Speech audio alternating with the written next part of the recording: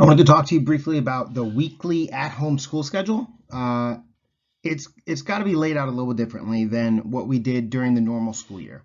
So normally what we did is we had 7 days at our middle school. Some schools we had block scheduling, and so what we wanted to do is kind of make it a little bit more manageable to try and get all your work done and continue to learn without having teachers sitting next to you. So what we're doing for what we're doing for our schedule is kind of an alternating schedule. So this is for the secondary schools specifically.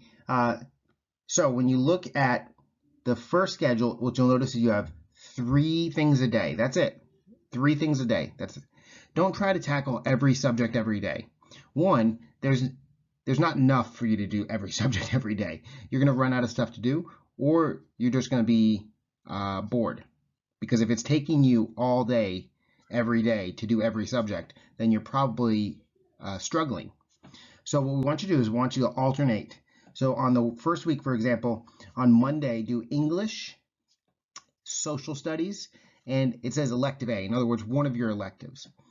So if you're doing Spanish or music, okay, work with your Spanish or music teacher to figure out what you're going to do for that section 3 times or 2 times every week.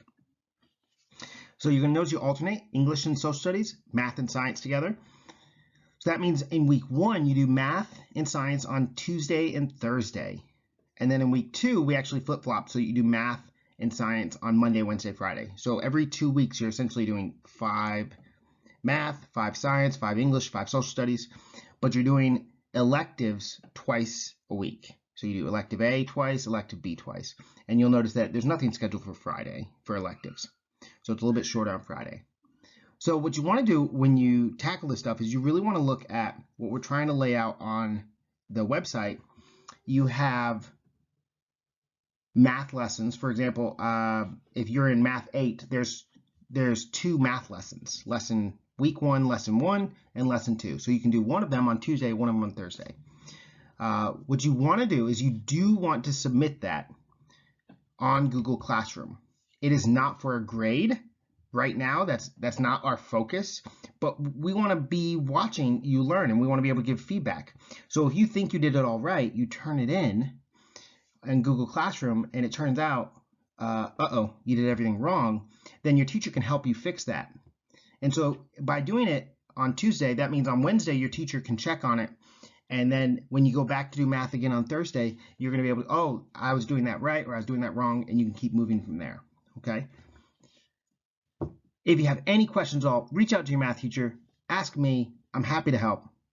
But what we're trying to do is get you to do a little bit of school every day and keep moving forward, keep learning, because it's not time to just pack it up.